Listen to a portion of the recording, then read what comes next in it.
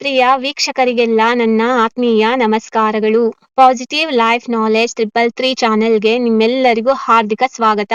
ಈ ವಿಡಿಯೋದಲ್ಲಿ ಬಳಸಲಾಗಿರುವ AI visuals ಮತ್ತು ಚಿತ್ರಗಳು ಕೇವಲ ಉಲ್ಲೇಖಕ್ಕಾಗಿ ಮಾತ್ರ. ಈ ವಿಡಿಯೋವನ್ನು ಸಂಪೂರ್ಣವಾಗಿ ಕೊನೆಯವರೆಗೂ ವೀಕ್ಷಿಸಿ. ಧನ್ಯವಾದಗಳು. ಪ್ರಗತಿ ಈ ಒಂದು ಪದ ಕೇಳಿದ್ರೇ ಒಂದು ರೀತಿ ಪಾಸಿಟಿವ್ ಫೀಲ್ ಬರುತ್ತಲ್ವಾ? ನಾವೆಲ್ಲರೂ ಜೀವನದಲ್ಲಿ ಮುಂದೆ ಹೋಗಬೇಕು, ಬೆಳಿಬೇಕು ಅಂತಲೇ ಆಸೆ ಪಡ್ತೀವಿ. ಆದರೆ ಈ ಪ್ರಗತಿ ಅಂದರೆ ನಿಜವಾಗ್ಲೂ ಏನು? ಸುಮ್ಮನೆ ಮುಂದೆ ಹೋಗೋದಾ ಅಥವಾ ಅದಕ್ಕಿಂತ ಆಳವಾದ ಅರ್ಥ ಇದೆಯಾ?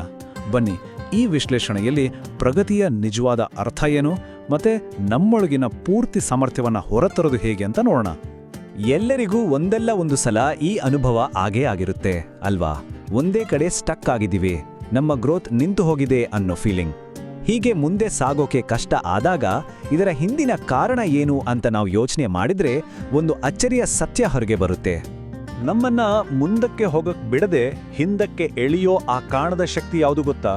ಅದು ಬೇರೇನೂ ಅಲ್ಲ, ನಾವ್ ಯಾವಾಗ್ಲೂ ಹೀಗೆಯೇ ಮಾಡ್ಕೊಂಡು ಬಂದಿದ್ದೇವೆ ಅನ್ನೋ ಒಂದೇ ಒಂದು ಯೋಚನೆ. ಈ ಹಳೆಯ ಯೋಚನೆಗಳ ಚಕ್ರದಿಂದ ಹೊರಗೆ ಬರೋದು ಹೇಗೆ? ಈ ವಿಶ್ಲೇಷಣೆ ಅದಕ್ಕೆ ದಾರಿ ತೋರಿಸುತ್ತೆ. ಸರಿ, ಇದನ್ನ ಅರ್ಥ ಮಾಡ್ಕೊಳ್ಳೋಕ್ಕೆ ಒಂದು ಸಖತ್ತಾದ ರೂಪಕ ಇದೆ. ನಮ್ಮ ಹಳೆಯ ಬದಲಾಗದ ಮನಸ್ಥಿತಿಯನ್ನ ಒಂದು ದೊಡ್ಡ ತಣ್ಣನೆಯ ಗಟ್ಟಿಯಾದ ಮಂಜುಗಡ್ಡೆಗೆ ಹೋಲಿಸ್ಬೋದು. ಈ ಒಂದು ವಾಕ್ಯವನ್ನ ಗಮನಿಸಿ, ಎಷ್ಟು ಸಿಂಪಲ್ ಆದರೆ ಎಷ್ಟು ಪವರ್ಫುಲ್. ಮೂಲ ಆಕಾರದಲ್ಲಿ ಹೇಳಿದಂತೆ ಮಂಜುಗಡ್ಡೆಯ ಮೇಲೆ ಏನನ್ನೂ ಬೆಳೆಯಲು ಸಾಧ್ಯವಿಲ್ಲ. ಇದರ ನಿಜವಾದ ಅರ್ಥ, ಈಗ ನೋಡಿ, ಆ ಮಂಜುಗಡ್ಡೆನೇ ನಮ್ಮ ಮನಸ್ಸು ಅಂತ ಅಂದ್ಕೊಳ್ಳಿ.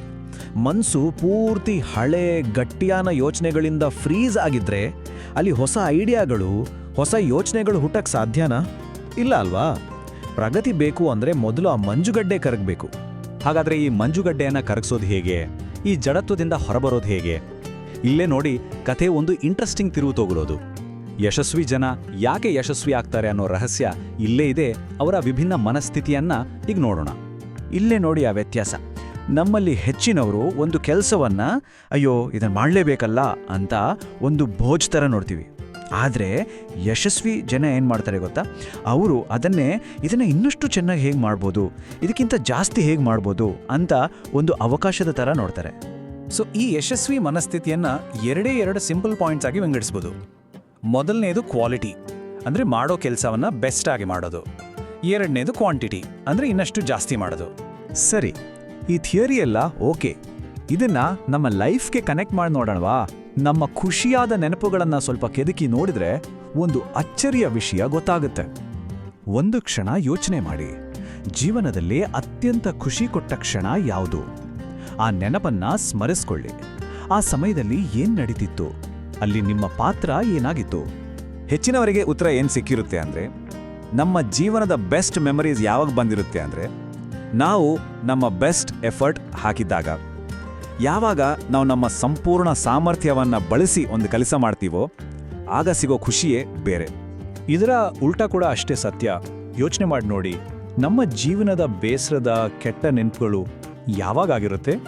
ಹೆಚ್ಚಾಗಿ ನಾವು ನಮ್ಮ ಪೂರ್ತಿ ಪ್ರಯತ್ನ ಹಾಕದೇ ಇದ್ದಾಗ ಅಥವಾ ಏನಾದರೂ ಜವಾಬ್ದಾರಿಯಿಂದ ತಪ್ಪಿಸ್ಕೊಂಡಾಗ ಅಲ್ವಾ? ಓಕೆ, ಇಷ್ಟೆಲ್ಲ ಅರ್ಥ ಮಾಡ್ಕೊಂಡ್ಮೇಲೆ ಈಗ ಫೈನಲ್ ಸ್ಟೇಜ್ಗೆ ಬಂದಿದ್ದೀವಿ. ಇದನ್ನೆಲ್ಲ ಒಟ್ಟು ಸೇರಿಸಿ ಪ್ರಗತಿಗಾಗಿ ಒಂದು ಸಿಂಪಲ್ ಆದ ಫಾರ್ಮುಲಾ ಅಥವಾ ಚೌಕಟ್ಟನ್ನು ನೋಡೋಣ. ಮೊದಲನೇ ಕಾನ್ಸೆಪ್ಟ್ ಸಾಧ್ಯತೆ. ಇದರರ್ಥ ಸುಮ್ಮನೆ ಒಂದು ಕೆಲಸ ಮುಗಿಸೋದಲ್ಲ, ಬದಲಾಗಿ ಈ ಕೆಲಸವನ್ನ ಇನ್ನೂ ಚೆನ್ನಾಗಿ, ಇನ್ನೂ ಬೆಟರ್ ಆಗಿ ಹೇಗೆ ಮಾಡ್ಬೋದು ಅಂತ ಯೋಚಿಸೋದು. ಅಂದರೆ ಕ್ವಾಲಿಟಿಯನ್ನ ಬೆನ್ನಟ್ಟೋದು. ಎರಡನೇದು ಸಾಮರ್ಥ್ಯ. ಇದು ನಮ್ಮ ಲಿಮಿಟ್ಸನ್ನು ಪುಷ್ ಮಾಡೋದು. ನನ್ನಿಂದ ಇಷ್ಟೇ ಆಗೋದು ಅಂತ ಸುಮ್ಮನೆ ಕೂರೋದಲ್ಲ, ಬದಲಾಗಿ ನನ್ನಿಂದ ಇನ್ನೂ ಎಷ್ಟು ಜಾಸ್ತಿ ಮಾಡೋಕ್ಕಾಗುತ್ತೆ ಅಂತ ಚಾಲೆಂಜ್ ತಗೊಳ್ಳೋದು. ಇದು ಕ್ವಾಂಟಿಟಿಯನ್ನ ಹೆಚ್ಚಿಸೋದು. ಹಾಗಾದ್ರೆ ಪ್ರಗತಿಯ ದಾರಿ ತುಂಬಾನೇ ಸ್ಪಷ್ಟವಾಗಿದೆ ಅಲ್ವಾ? ಮೊದಲನೇ ಸ್ಟೆಪ್, ಮಾಡೋ ಪ್ರತಿಯೊಂದು ಕೆಲಸದ ಕ್ವಾಲಿಟಿಯನ್ನ ಅಂದ್ರೆ ಸಾಧ್ಯತೆಯನ್ನ ಸುಧಾರಿಸಬೇಕು. ಎರಡನೇ ಸ್ಟೆಪ್, ನಮ್ಮ ಸಾಮರ್ಥ್ಯವನ್ನ ಹೆಚ್ಚಿಸಿಕೊಂಡು ಮಾಡೋ ಕೆಲಸದ ಕ್ವಾಂಟಿಟಿಯನ್ನ ಜಾಸ್ತಿ ಮಾಡಬೇಕು. ಈ ಎರಡೇ ಮೆಟ್ಟಿಲುಗಳು ನಿರಂತರ ಬೆಳವಣಿಗೆಯ ಸೀಕ್ರೆಟ್. ಈ ವಿಶ್ಲೇಷಣೆಯ ಕೊನೆಯಲ್ಲಿ ಒಂದು ಪ್ರಶ್ನೆಯೊಂದಿಗೆ ಮುಗಿಸೋಣ. ಇಂದು ನಮ್ಮ ಜೀವನದ ಯಾವುದೇ ಒಂದು ಚಿಕ್ಕ ವಿಷಯದಾದರೂ ಸರಿ, ನಮ್ಮ ಸಾಧ್ಯತೆ ಮತ್ತು ಸಾಮರ್ಥ್ಯವನ್ನ ಹೇಗೆ ಹೆಚ್ಚಿಸಿಕೊಳ್ಳಬಹುದು? ಈ ಒಂದು ಪ್ರಶ್ನೆನೇ ನಮ್ಮ ಪ್ರಗತಿಯ ಪಯಣದ ಮೊದಲ ಹೆಜ್ಜೆ ಆಗಬಲ್ಲದು.